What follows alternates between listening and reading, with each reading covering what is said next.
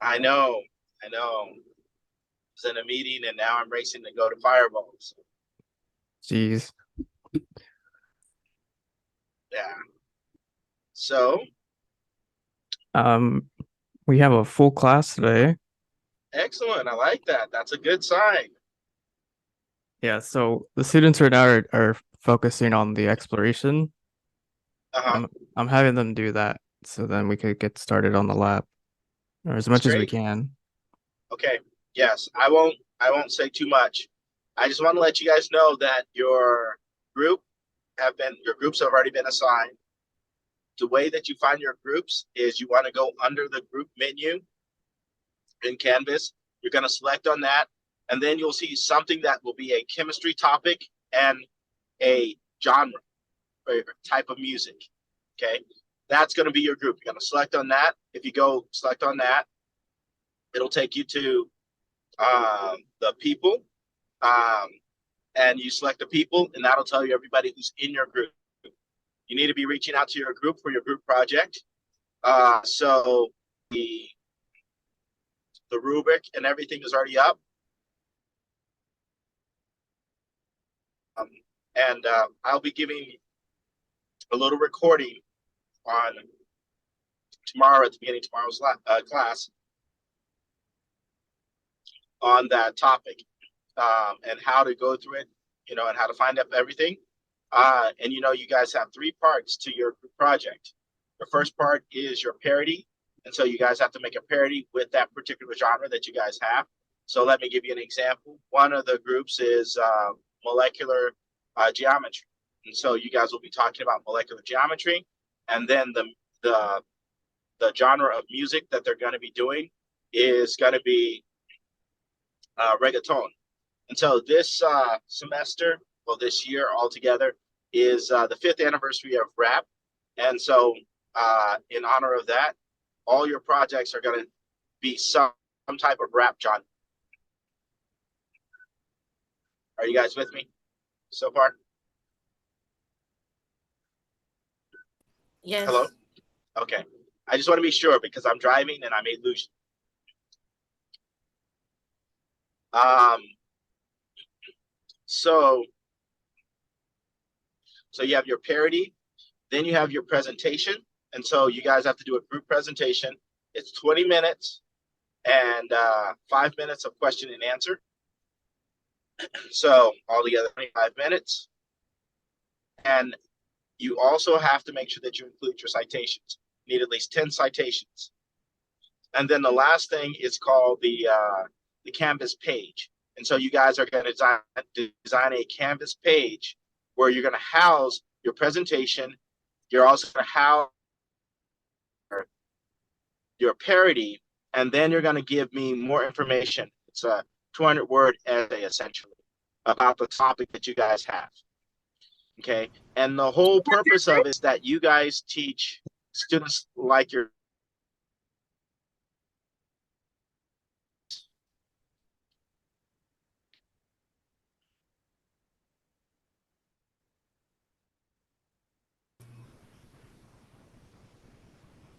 Israel. Can you? I think you're cutting off a little here. I'm cutting off Yeah. about the page.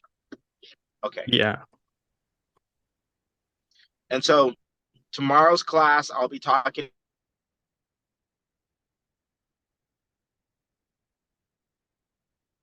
Any surprises? Okay. Yeah, I don't know what you said that last part. The only thing I heard was I surprises. said I said tomorrow morning I will be talking about it formally. Okay. Okay. And so we'll post that independent. We'll make sure that everybody gets it. I'll send an email with that link to that video so that they'll have it. So tomorrow morning, the first part of tomorrow morning lecture is going to be talking about that. Okay. Okay. Well, good luck with the lab today. And a reminder, if you guys can't make it with Israel, I do the last day of lab on Monday. And then I start grading stuff. Okay. Okay. Okay. Well, I'll see you guys later. You guys have a good day. Good luck with the lab. All right, you too, Dr. Henry. Okay. Take care. I'll talk to you later, Israel. Yeah. Okay. Bye bye.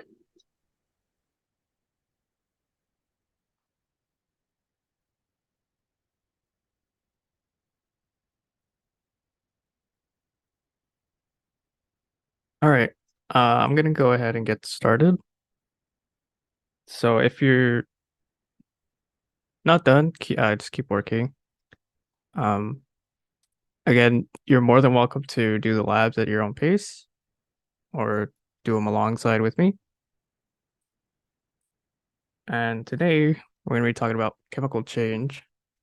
So it's a very observant lab. You're going to be looking at the way primarily color is a part of the chemical change and chemical process. Again, have your gloves and glasses on, do the entire thing. We are working with silver nitrate, and it says it's known to cause skin to turn black. I've never seen that happen in person, and I'm not saying that it's a lie. It's more of like, thank God I haven't seen that in person. So again, please be careful for today's lab.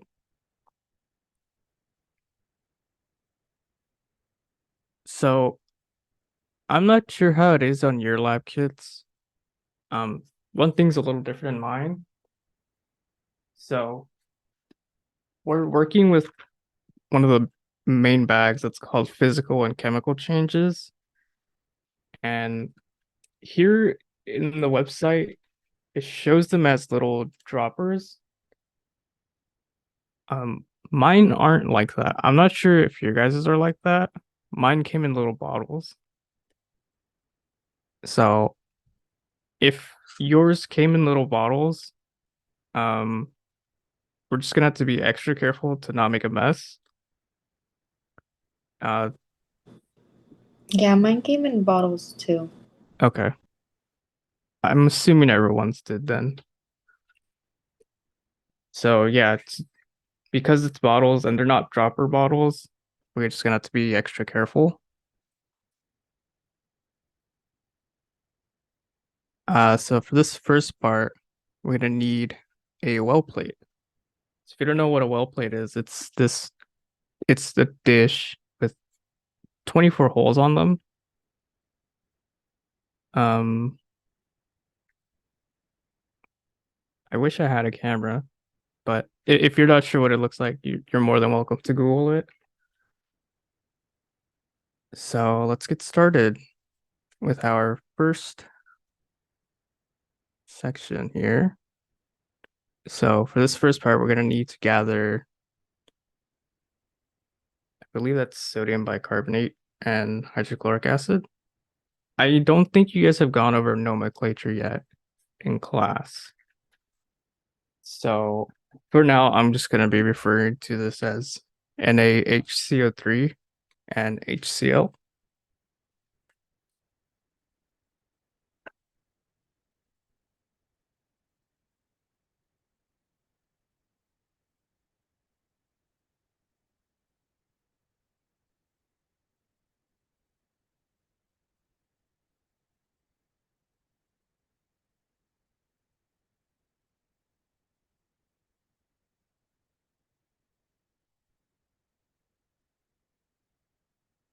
So I'm noticing for some of these, there's like barely any solution in them.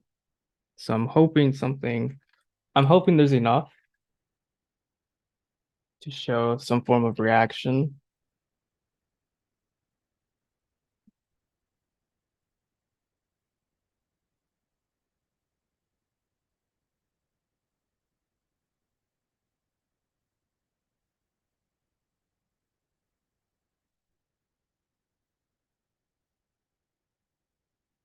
Ooh, that's not good.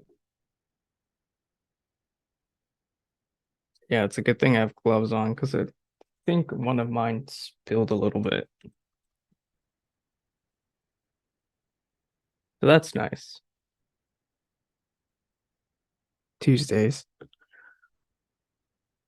So, okay.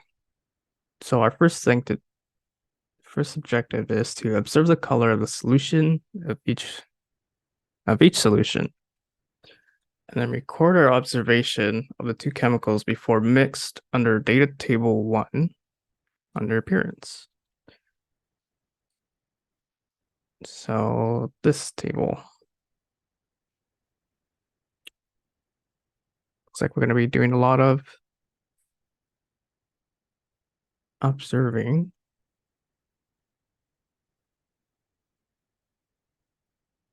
So sodium bicarbonate, NaHCO3, and hydrochloric acid, HCl. For me, they're clear liquids. I hope they're also clear for you guys. If they're not, that's going to be an issue. So here I would just write clear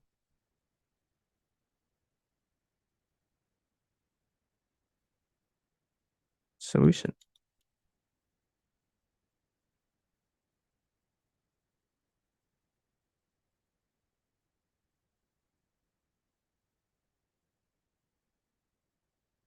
I think I could just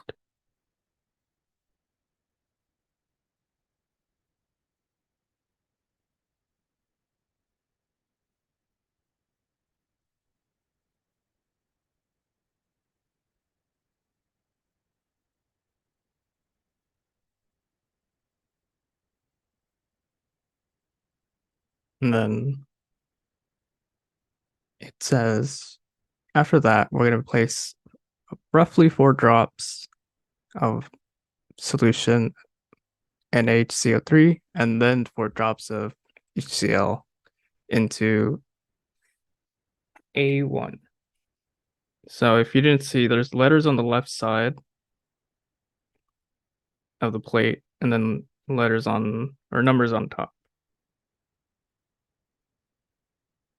So it says 4 drops, but again, bottles. So I would say put enough so that you can see a reaction undergo.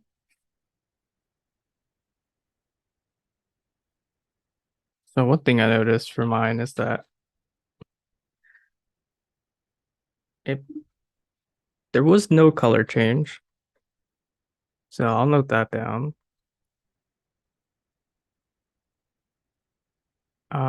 Another thing I noticed is that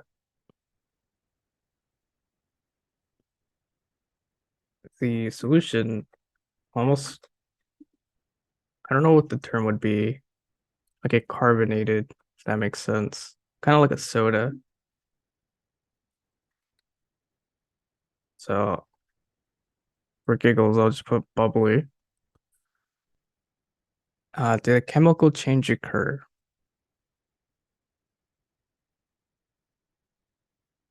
I'm willing to bet yes.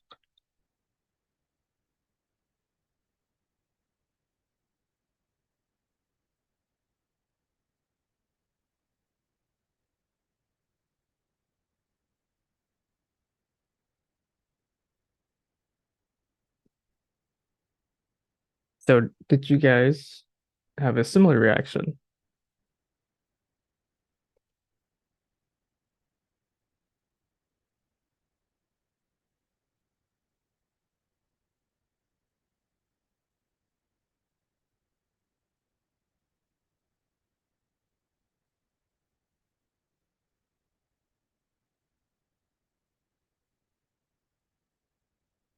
Here in this next step, it says, from the observations, make a conclusion, yes or no, if a chemical change occurred. And then repeat steps 4 through 10. So what we did for the remaining 7 reactions. It says here there's a note for B1. it will require 2 steps. So combine 4 drops of the chemical and make an observation, then observe the chemical into a paper towel. Observe the exposed chemical soaked paper towel to bright sunlight for approximately 30 minutes. Continue with other reactions during the 30-minute waiting period and use the empty short stem pipette as needed. Then make the second set of observations. Okay. So I think I'm gonna do B1 first, since there's a waiting period for that. I don't know why they didn't make this one the first one. That's fine.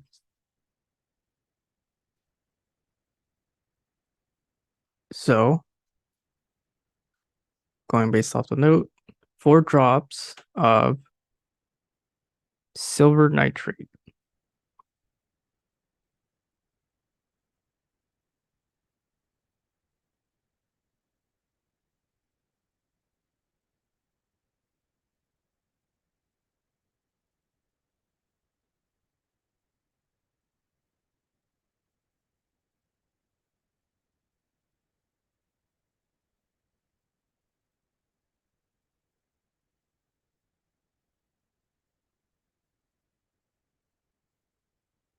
Yet again, we have another clear, colorless solution.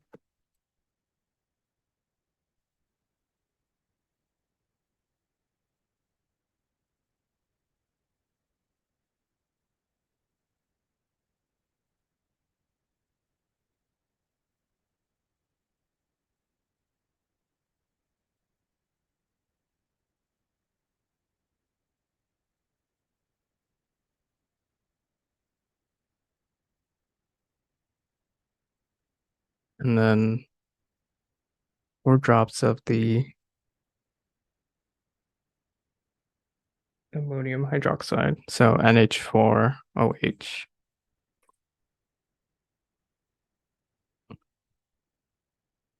So also more or less the same.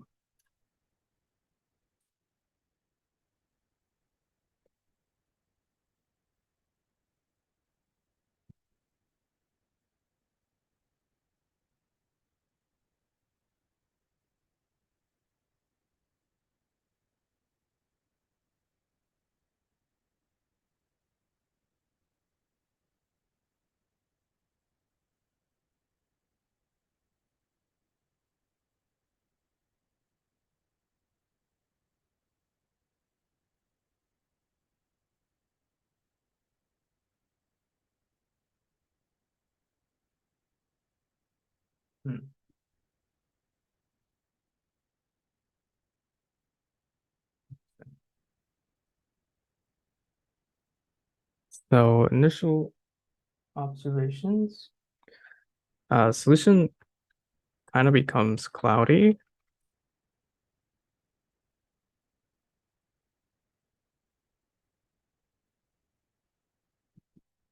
Cloudy slash foggy.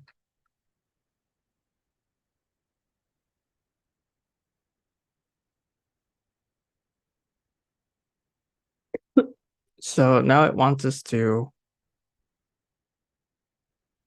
get a chemical soaked paper towel and put it on sunlight. So I'm going to be doing that now.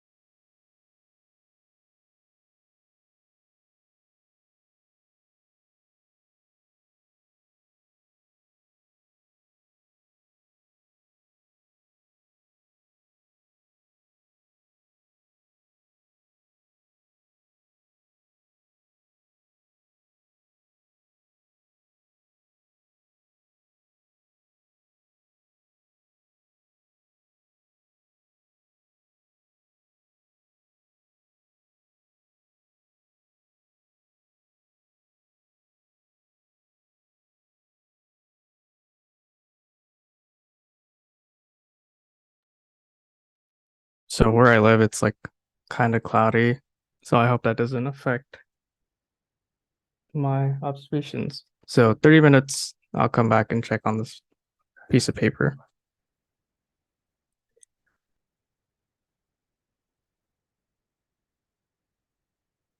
So let's move on to A2.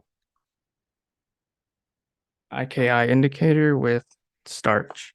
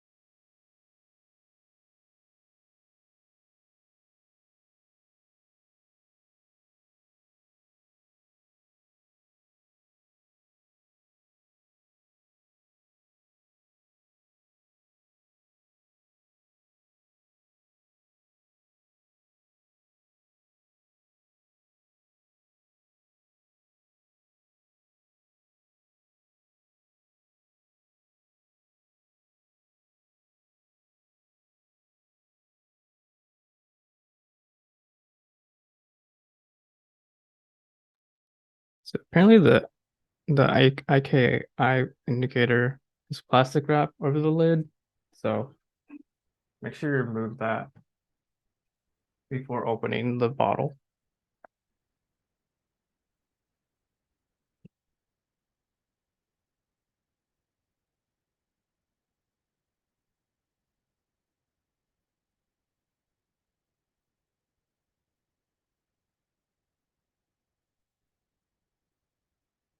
So finally have a solution that has color to it.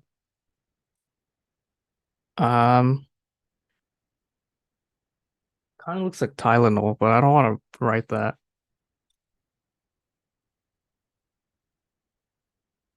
So it's like this red, brown color to it. So one thing I'm noticing is that none of these so far have like an odor to them. Um, I'm assuming one of them will,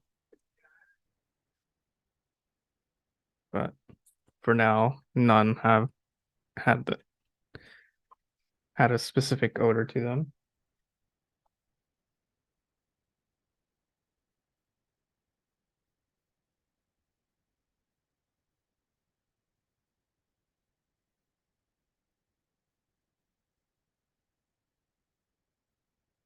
Okay. Interesting. Is it interesting? I find it interesting.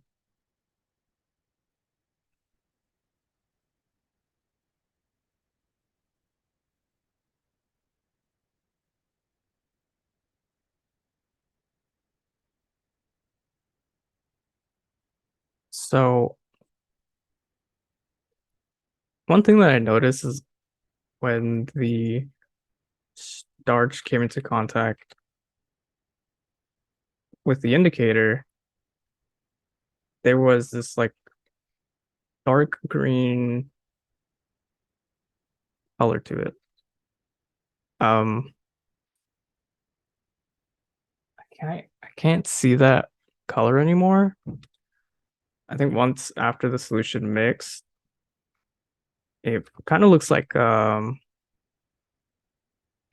cola. So I'll just write that. I would say it is a chemical change. So one of the clear indicators of a chemical change is changing color, and that's what we saw here. Others can include change in temperature, odor, emission of light, but I believe just odor and change in color are the main ones today. All right. A3, potassium iodide, and lead to nitrate.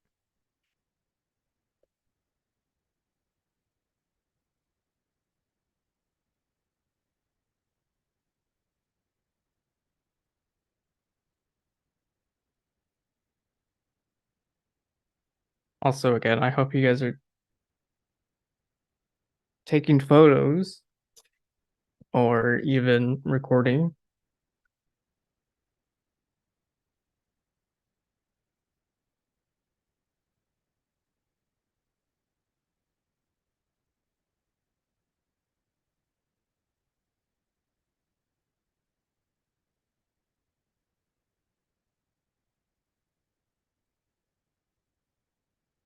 Okay, yeah, another clear colorless solution. How fun. And the same could be said about the lead.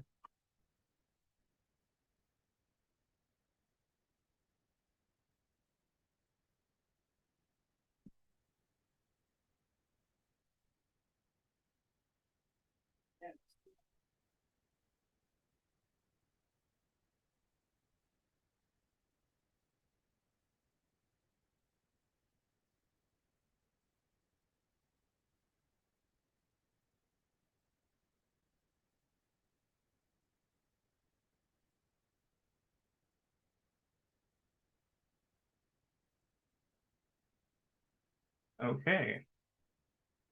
I didn't expect to do that.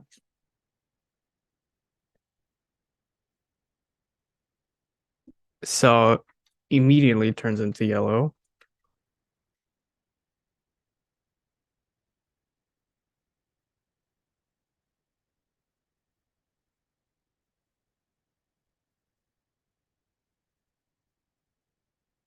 But I think another characteristic is that it's not clear. It's not a clear solution. It's almost like on a, I'll say foggy, for lack of a better term.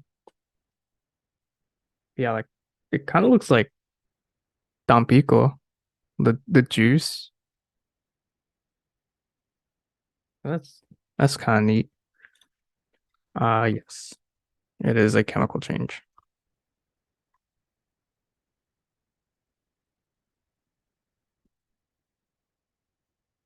So next up, sodium hydroxide and phenolphthalein.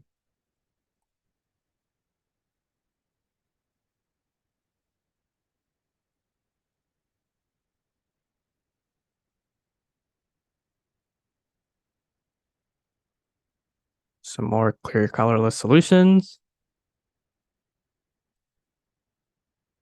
It looks like I barely have any sodium hydroxide.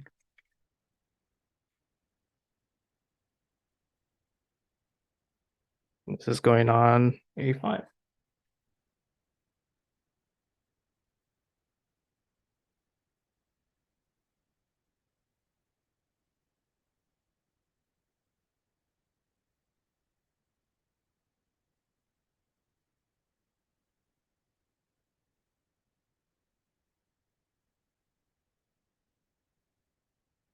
Oh, this goes on A4. My mistake. What I get for not reading.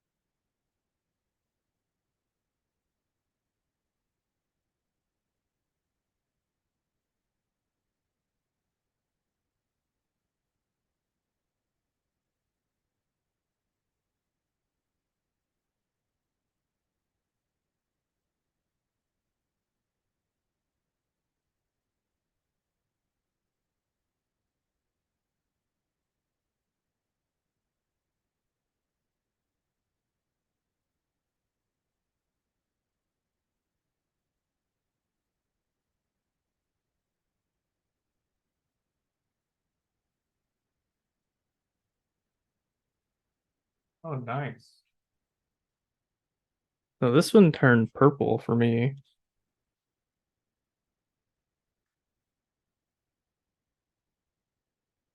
It's almost like a violet color.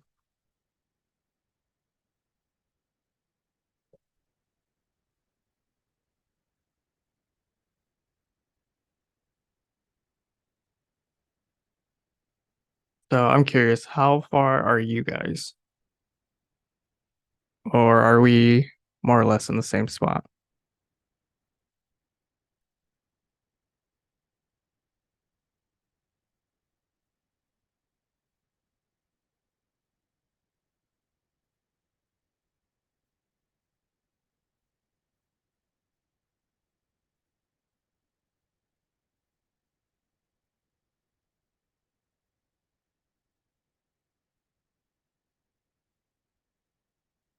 So A5 is hydrochloric acid, and once again, the phenolphthalein.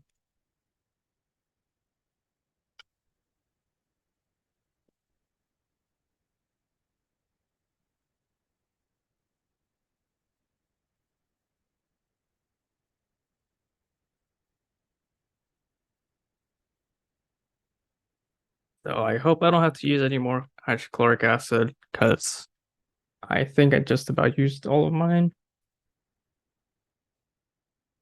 I didn't come with a lot to begin with, but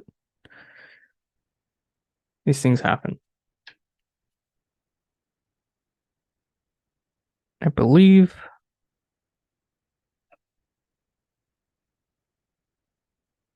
in 10 minutes. Okay.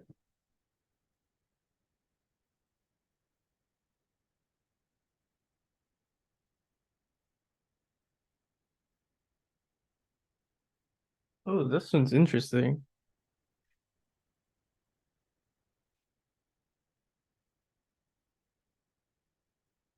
So again, we got our initial observations of just colorless solutions, but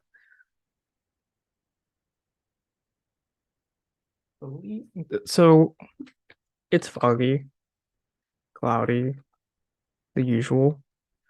One thing I did notice is that the solution was moving within the plate. Um, I would say active. Moving sounds like it's all over the place. This could be uh it's I think the reason why it was being so active is because change or I think an increase in temperature. So it might have been like a tiny exothermic reaction where heat was being released. I don't have my thermometer, but if I did, I would take the temperature, but I don't feel like it. Uh, so sodium hydroxide and silver nitrate.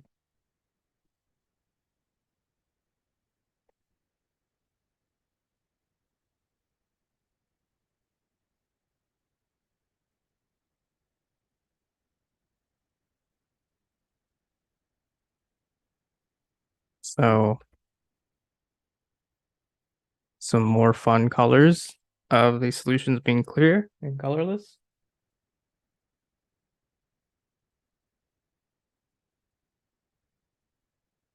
So let's see.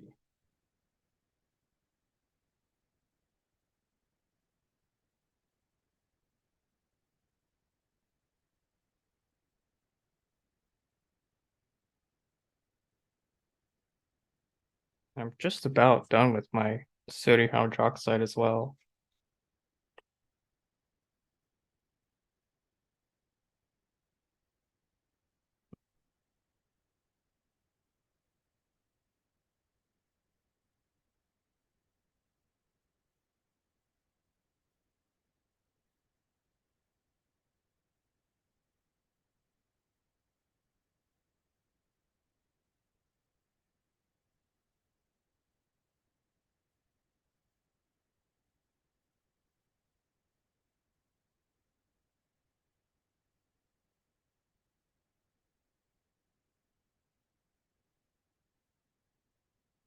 Oh, that's nasty.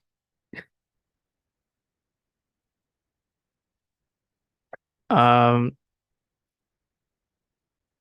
so this is interesting. So just like the rest of are interesting,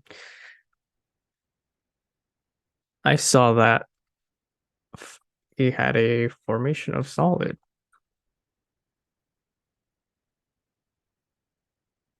The solution itself looks murky, kind of like a swamp. Can I type?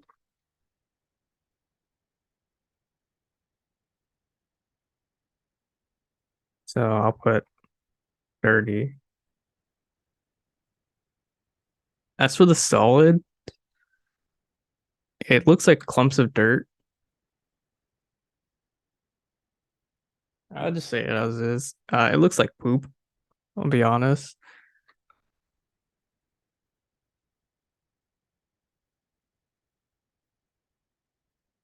Yeah, why not?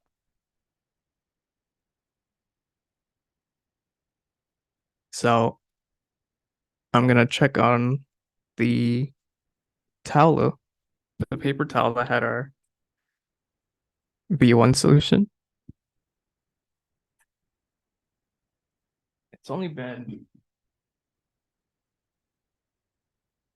15 or so minutes, but I can see like a shade of red coming in. So that's pretty interesting. Uh, B2. So we'll move on for now. We have our ammonium solution.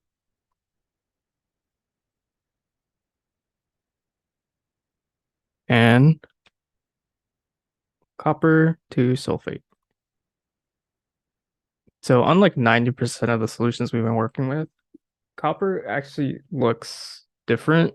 It's a blue color. So that's pretty interesting. Can I stop saying pretty interesting? Probably not.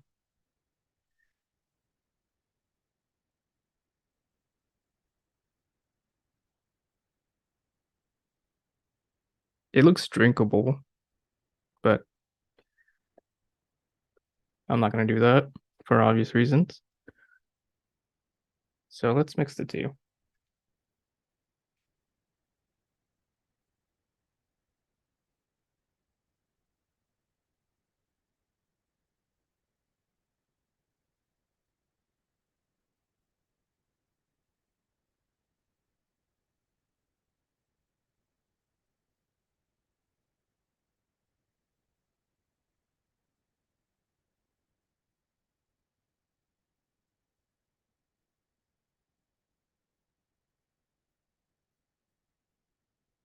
So it looks like copper was the one that kind of spilled in my bag.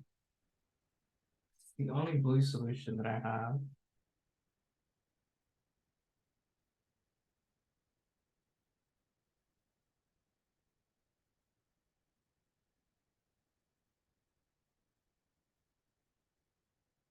Almost like it was reacting with the plastic lid of the bottle.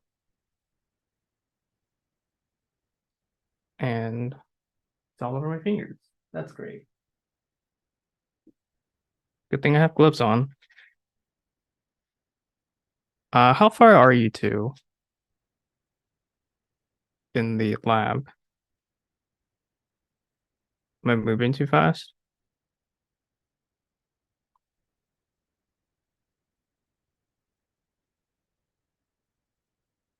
Okay. Also, if you have questions, just feel free to stop me.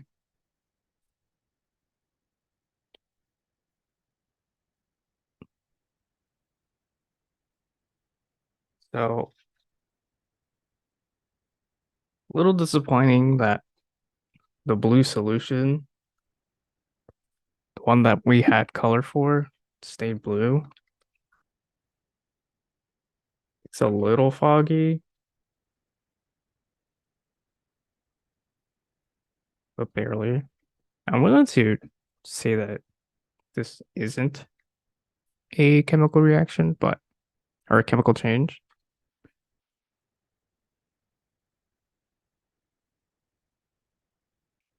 And I think I'll switch this one to no as well. Or I'll keep it, I guess.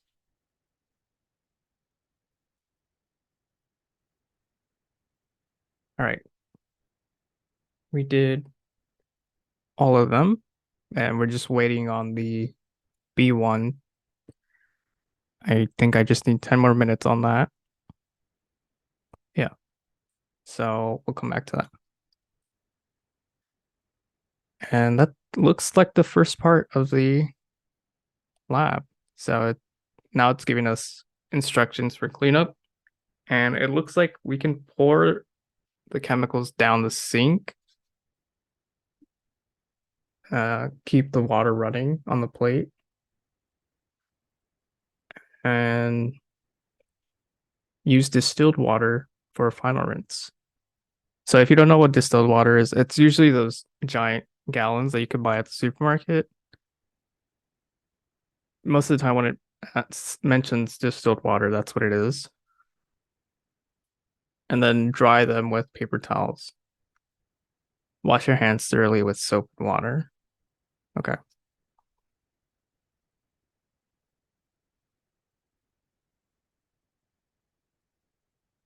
Then place all equipment back to the lab kit for future use. So that's going to be the first part.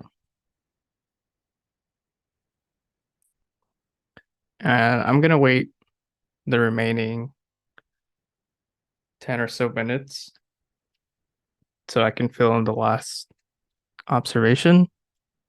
And it gives you guys more time to work on the lab itself. So let's keep waiting. Okay, it's been just about 30 minutes.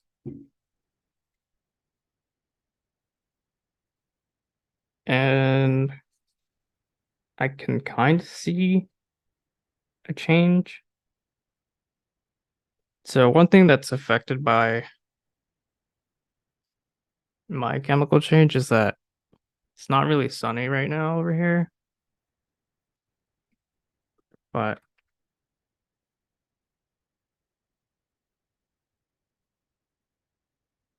I can still kind of make out what is going on.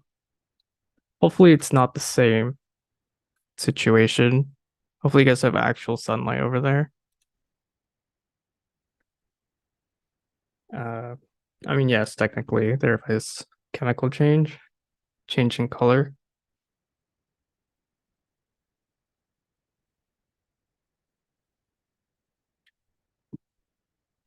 All right. So that's data table 1. Pretty simple first part to this lab. Were you guys able to finish the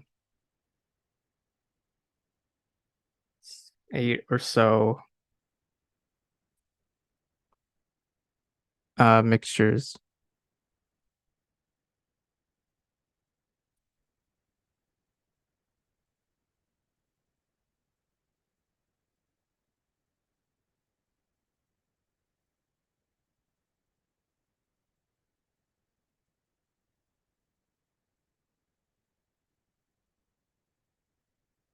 So I'll briefly go over these exercise questions. I won't be going over on what the answers are because these should be done on your own, but I'll more or less guide you. So question 1, suppose a household product label says it contains sodium hydrogen carbonate. Why not just use the other one, sodium bicarbonate? Using your results from the data table, 1 as a guide, how would you test this material for the presence of sodium bicarbonate? So what did we react it with? Hydrochloric acid. So if you have something that has sodium bicarbonate, or at least you think it does, how would you test to see if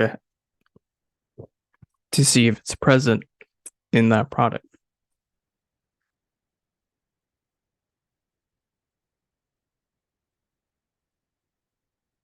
What would you grab from your house to test it?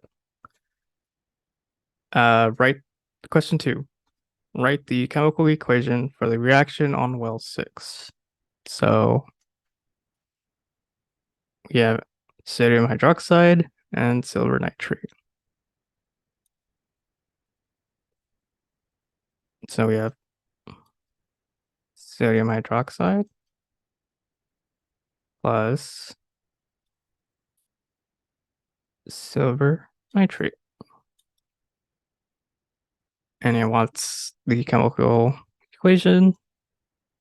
So what are we yielding here? What are our charges, most importantly? So I believe you guys did do chemical balancing already. I do remember seeing it in one of the lectures.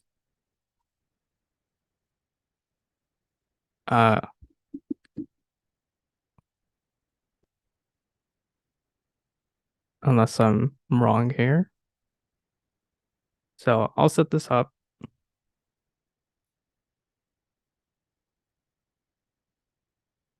You know that sodium's a +1 charge and hydroxide is a negative. We know the charge of nitrate is a -1, meaning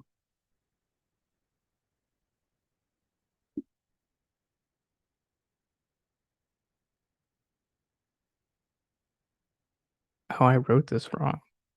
My bad.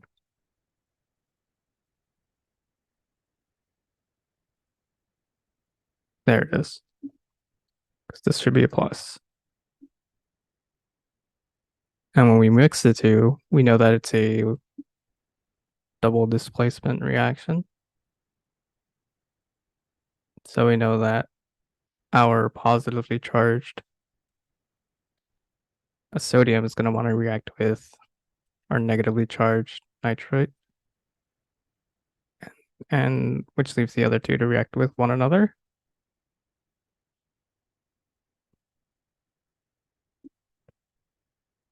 So I hope you can finish it off from there.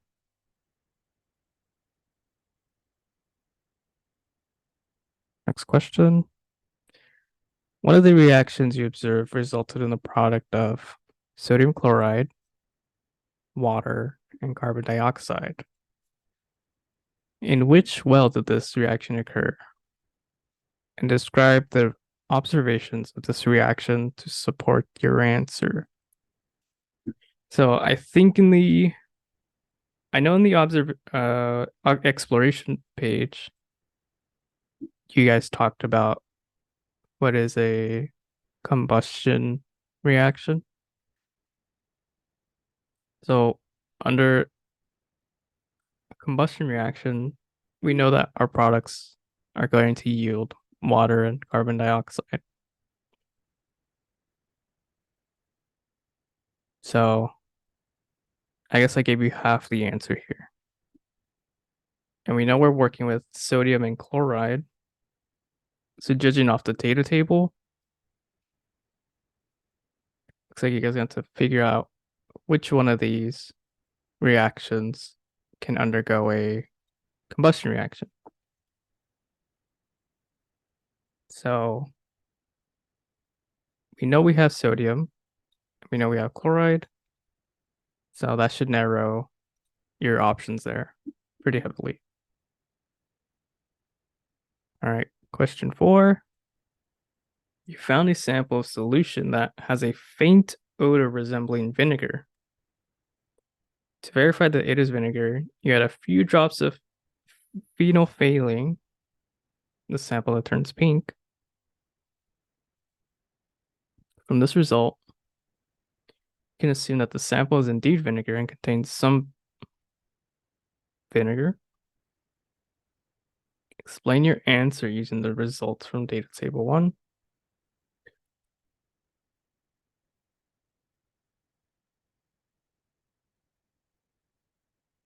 It's worded weirdly. Sample turns pink from this result. You know that the sample has vinegar or some of it. And explain your answer. So if we look at our table,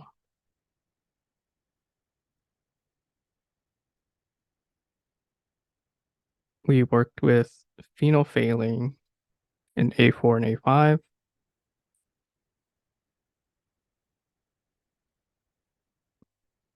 And it looks like one of ours almost turned pink.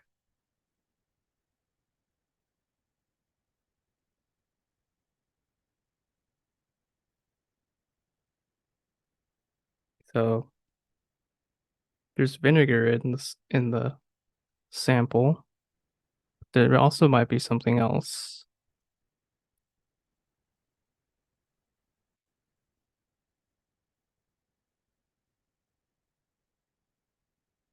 Question 5. While performing a starch test on several cookie brands, 4 test results in a typical black color of starch presence. The 5th one gives you a bright yellow-brown color. So it looks like a bright yellow. We did get a bright yellow in our reactions earlier. So that cookie must have something in it.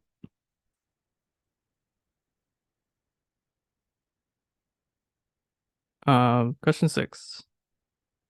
You have read that a new brand of hair tonic is supposed to contain lead. Devise a sample test to confirm the presence or absence of lead in that hair tonic. So judging off the data table, no, we did. Use your observations to describe a positive result for this test. So I believe one of our data tables did have the use of lead. So you can use that to help you answer number 6. Okay, number 7. Is cutting a cake into 8 pieces a chemical or physical change? Explain your answer.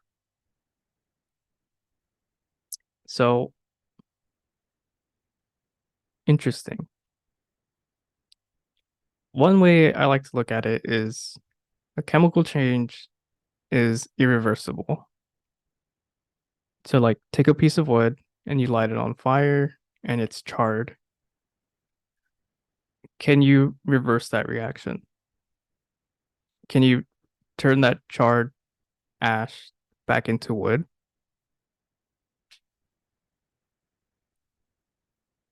For physical change, it's the opposite. So I like to use the example of a popsicle.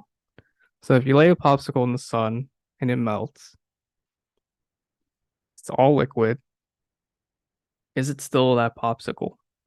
Can you reverse that liquid state?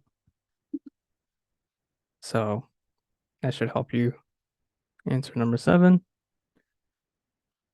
When a soda is poured into a glass and the soda bubbles, is this result of a chemical change?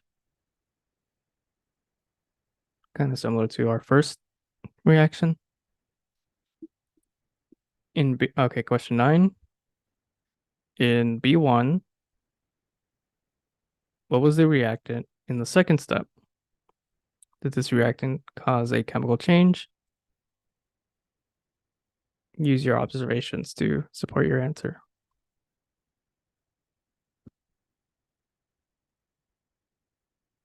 So B1 refers to the one with the paper towel. So I believe it's, yeah. The second step refers to when we had to set it on sunlight. So what is impacting or what is creating the chemical change? What do you think? And then question 10. Think about how phenolphthalein acts as an acid and base indicator. Do your observations in well A5 support or contrast that would you expect to happen?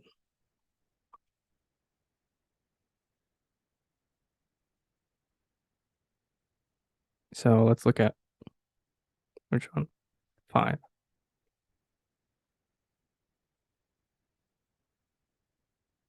So in our reaction, I noted that it became foggy and cloudy, and it was the active one. So because of how the solutions reacted, does that support the claim that it's making of it acting as an acid or base indicator?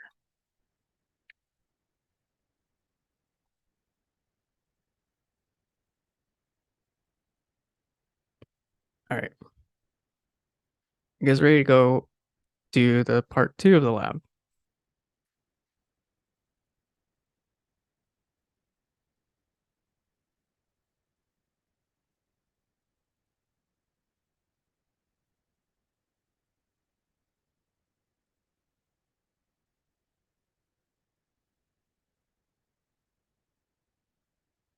All right, let's start the second part.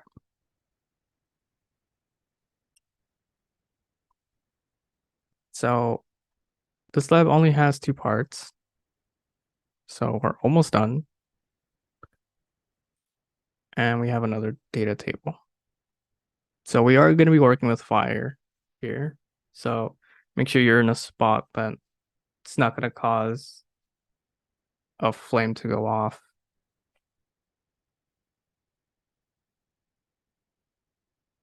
And I'm going to switch my gloves because mine are dirty. So let's take like what, 5 minutes to set up. Now we can start the second part. All right, I'm going to get started on this second part.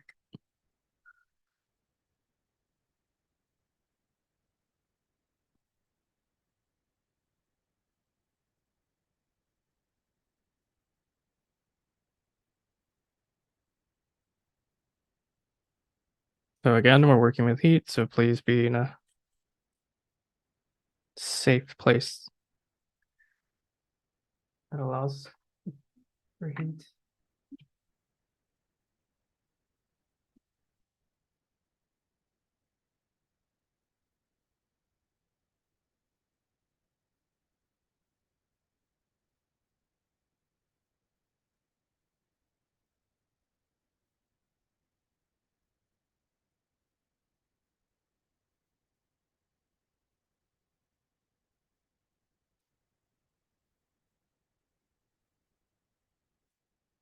Okay, safety is on. So we're going to be gathering magnesium metal, copper 2 carbonate, and mossy zinc.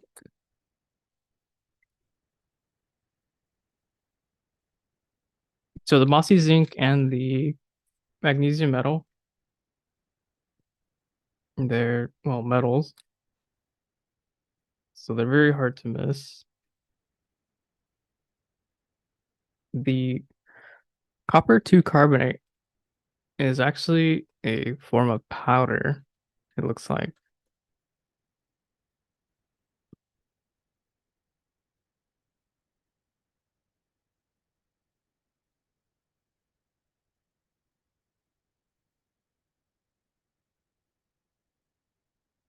And it says,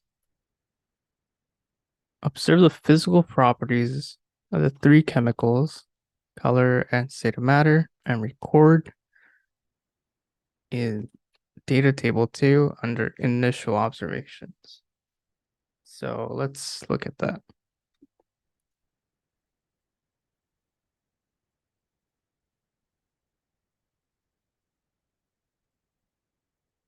So again, copper through carbonate. So CuCO3. It's a bluish greenish powder like substance.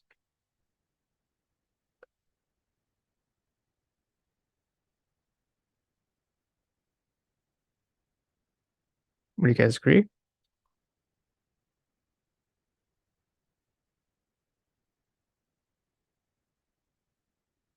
And as for our magnesium and zinc,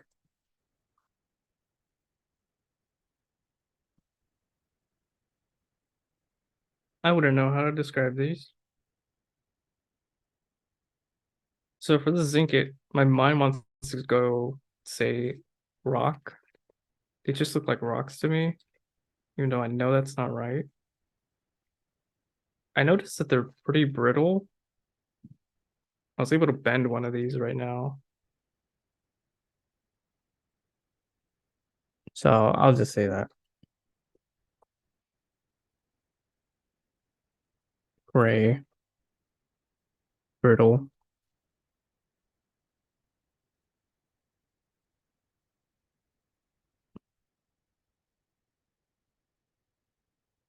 So the zinc is quite opposite. It's a lot more shinier, and it takes more effort to bend compared to the zinc.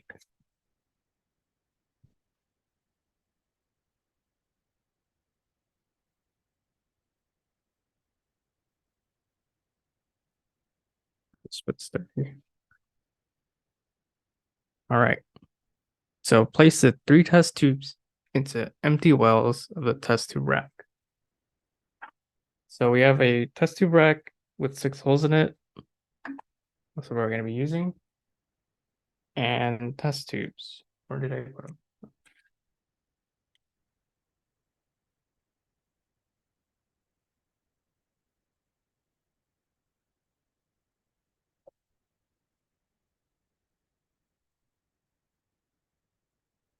Please be careful when handling these test tubes. If one appears to have a crack or it's broken, do not use it, as we don't want anything to get more broken.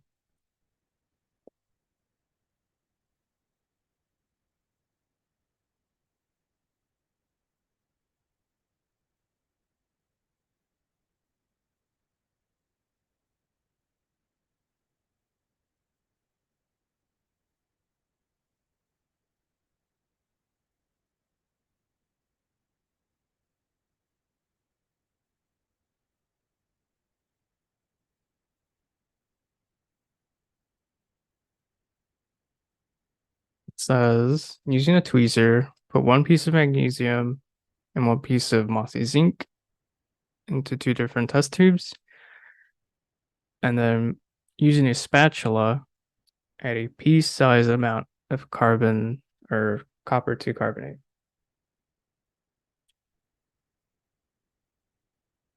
Oh, let's do that now.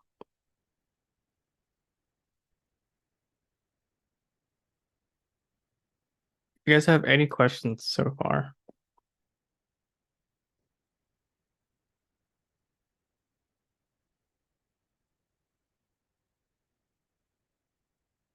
Everything's straightforward.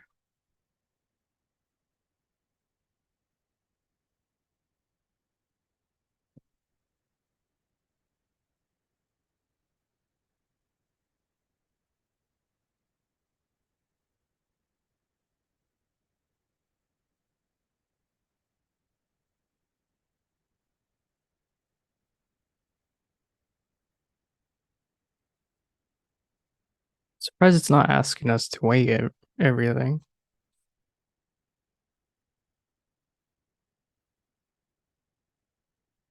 All right, so I got to be careful with the carbonate. So I want it on my workstation.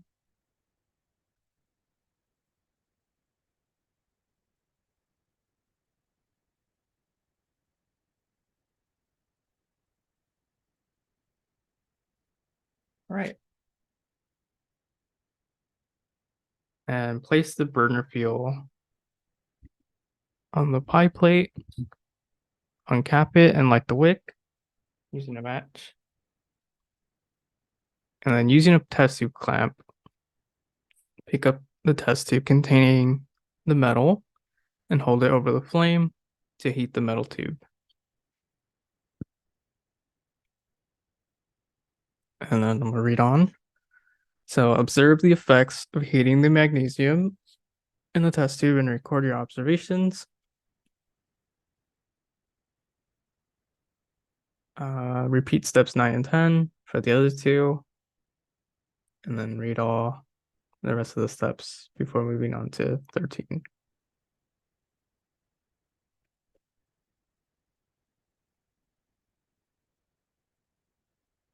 Okay.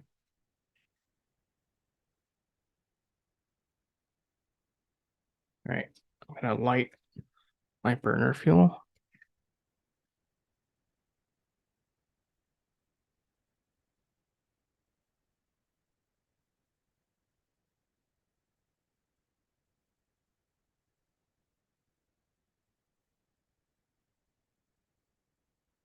Okay.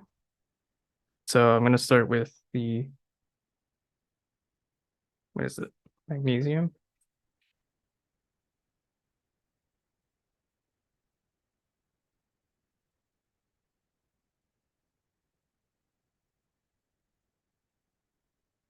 Actually, let's open my window.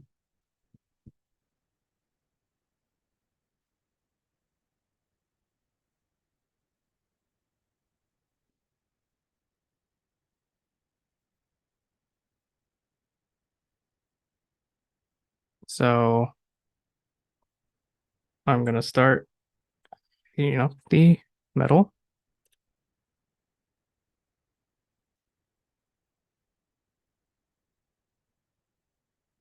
Make sure you're a safe distance away from the flame.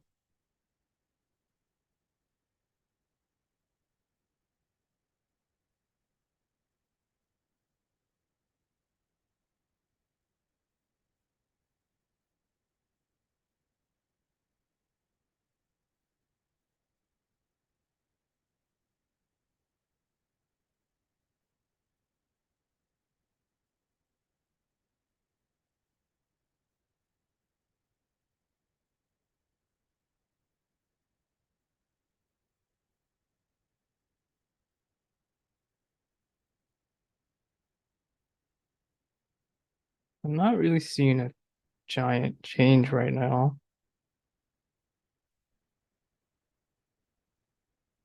Yeah, I don't really see a change. Maybe you guys did in your metal.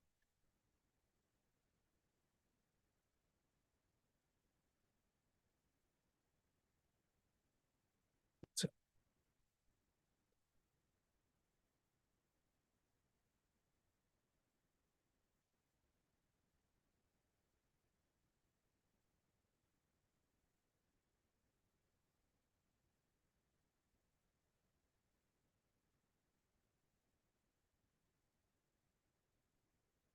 so it looks like it doesn't specify how long it's supposed to be holding it over.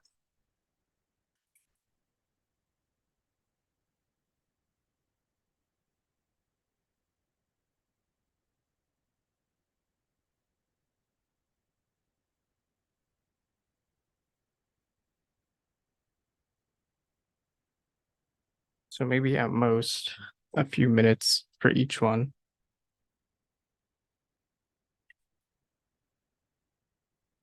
So during heating, none.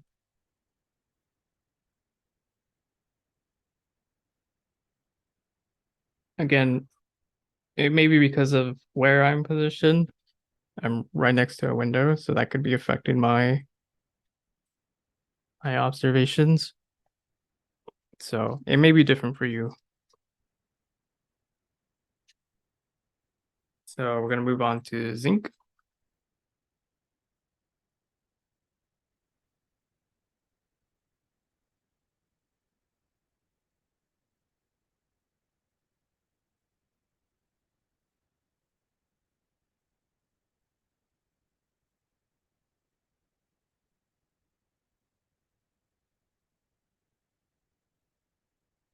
And as it says on the notes within the website, make sure you're not holding this towards yourself as you're burning.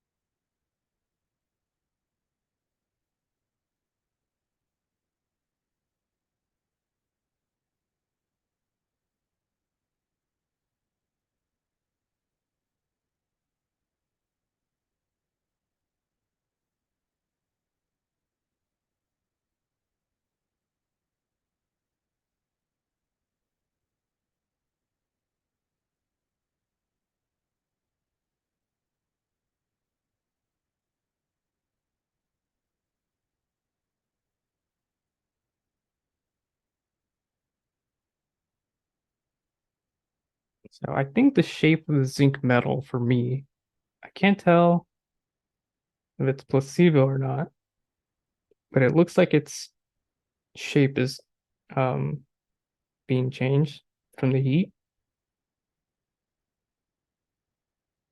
I feel like it got smaller over time.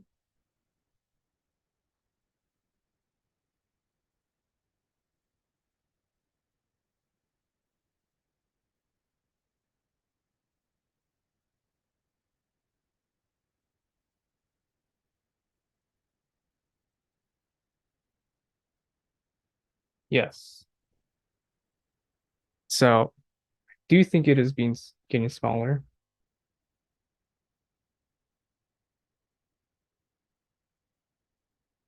I do think the metal is melting, as if I shake it a little, there's a liquid-like substance that's rattling around inside the test tube. So it looks like it's changing from one state to another.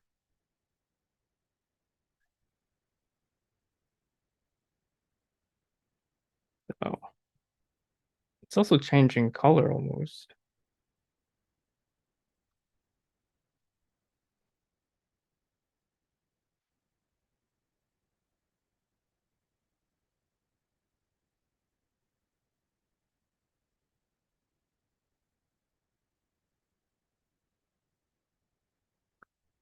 So zinc actually had chemical change. I'll write down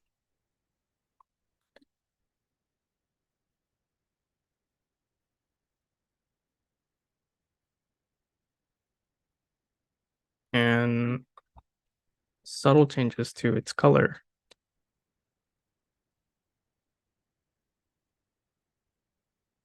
Now for the next one, our copper to chlorate. So I'm gonna give this myself a minute here as my test tube clamp is like hot. It's too hot to hold right now.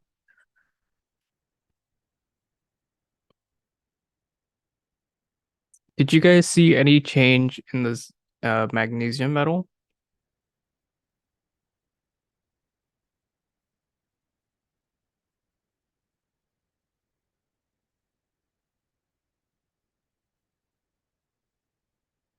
Or was it just no change at all?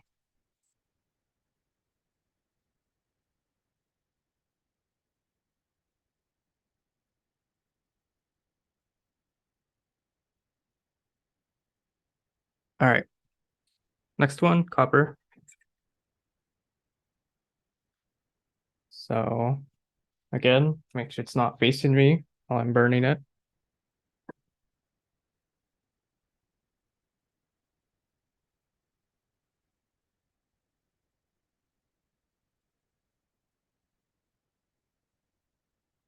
Ooh, interesting.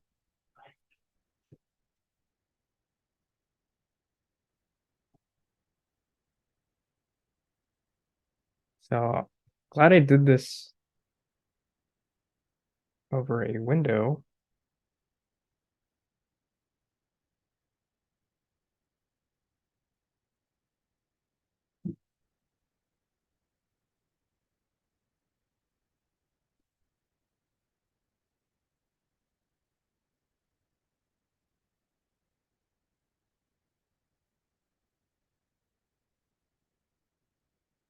So we got an immediate change.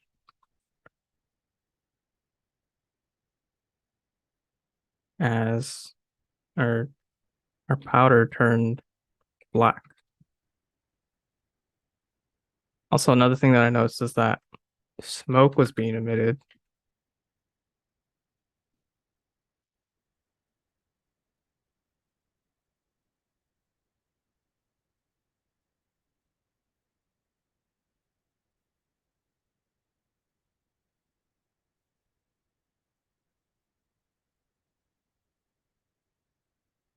Right. Pretty simple. Simple observations.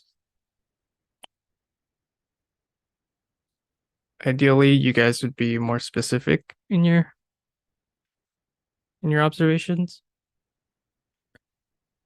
So let's move on. So using a spatula for the powder, tweezers for the metal pieces, hold a chemical in the flame.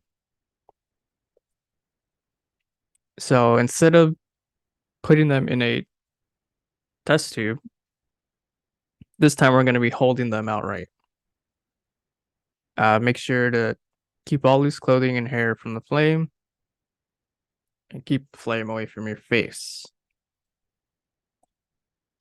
We have a caution here. So use only a small amount for the powder. Like it's shown in figure 4. And then for the metals, use one piece. Make sure to be squeezing each of the tweezers at the very end. When burning magnesium, wear sunglasses under your goggles. So I don't have sunglasses. I don't wear sunglasses. I kind of just deal with the sun. So I won't be doing magnesium because I don't want to put risk on myself. But you guys do have to do magnesium. Just make sure you guys wear sunglasses.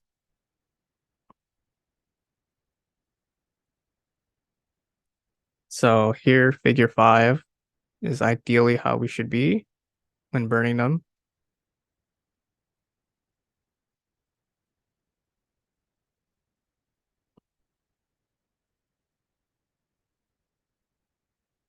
So wash the spatula and tweezers after each use. Remember that the spatula and tweezers will be very hot after putting them in the flame.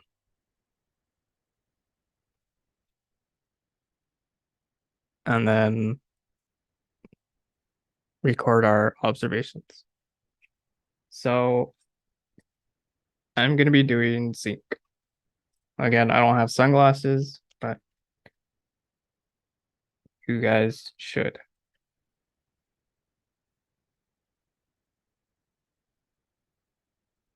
So I should be docked points for being underprepared.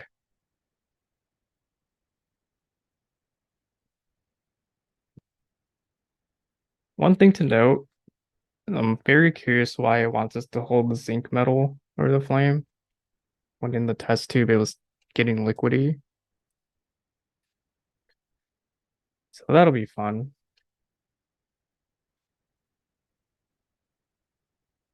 Okay. I just dropped my zinc metal. That's cool. Let me not be clumsy.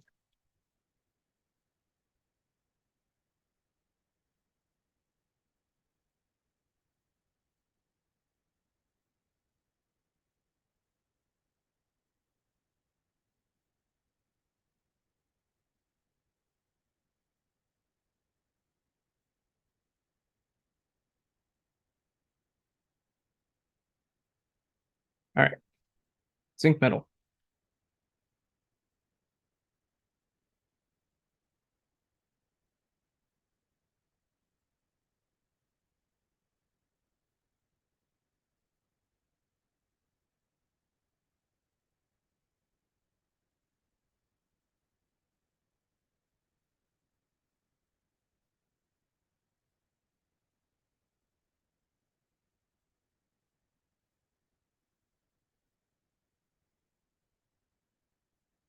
Ew. It's like falling apart.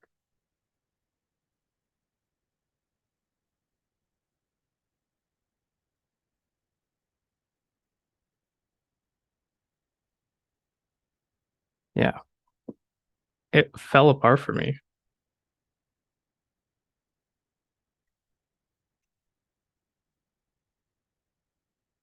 It almost looks like tinfoil.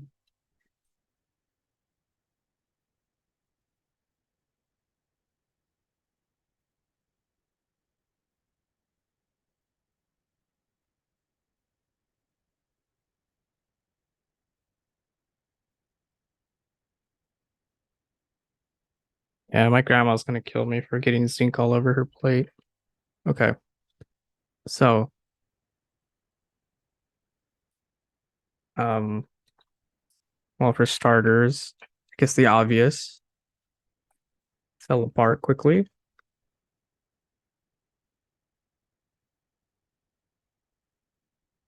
And I would say tinfoil-like appearance.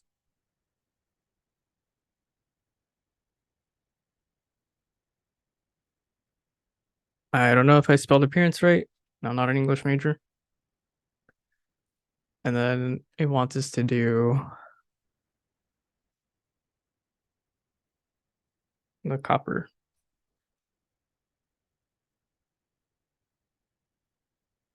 So I'm gonna get just a little bit similar to how it is on figure 4. And just observe.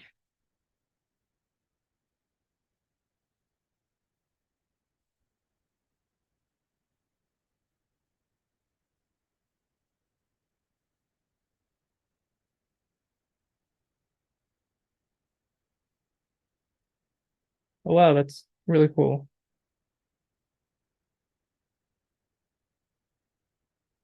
I'm sure you could tell I'm amazed by my expressive voice. Okay, neat.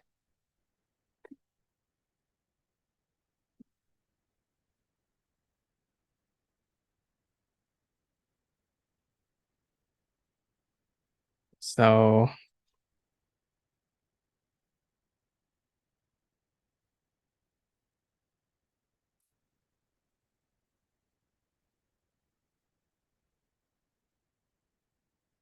I'm going to say what happened. So the flame changed the color. Or did I say that right? The flame changed in color. I won't be saying what color it was. I want you guys to figure that out on your own.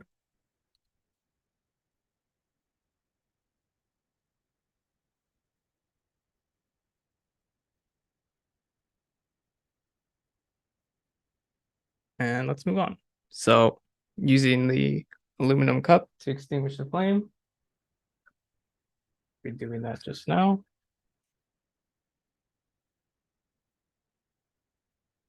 And then place, once equipment is completely cool, remove the aluminum cup from the plastic. Ensure that the plastic cap snaps, preventing fuel leakage.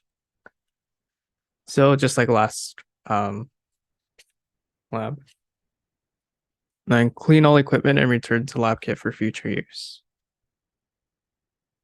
Nice. All right. Couple more questions and then we're done. So again, these exercise questions should be done on your own, as they're more or less a way to test you on what's going on during lab. So question 1. What are some similarities or differences between heating and burning magnesium metal? So heating is referring to when we put it in the test tube, and burning is when we were holding it with the tweezers. So describe your observations.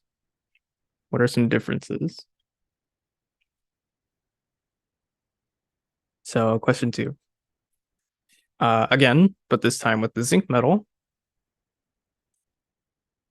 And the same goes for question 3. So first 2 questions, we were just comparing our observations and if they produced a chemical change or not.